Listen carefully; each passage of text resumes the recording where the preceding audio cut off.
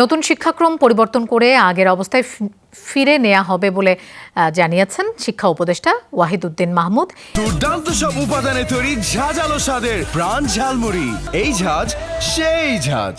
এই শিক্ষাক্রম সর্বক্ষেত্রে উপযোগী নয় এবং বাস্তবায়নযোগ্য নয়।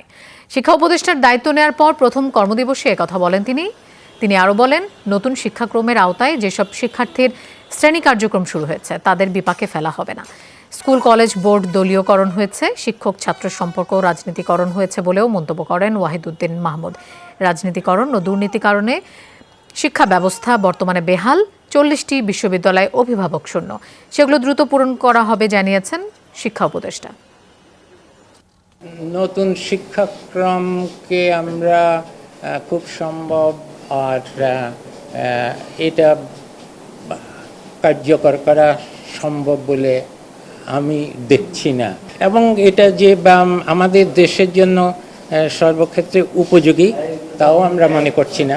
আগের যে শিক্ষাক্রম সেখানে ফিরে যাওয়ার চেষ্টা করব, কিন্তু এমনভাবে করব ছাত্রদের যাতে কোনোভাবেই একটা বিপাকে না পড়ে।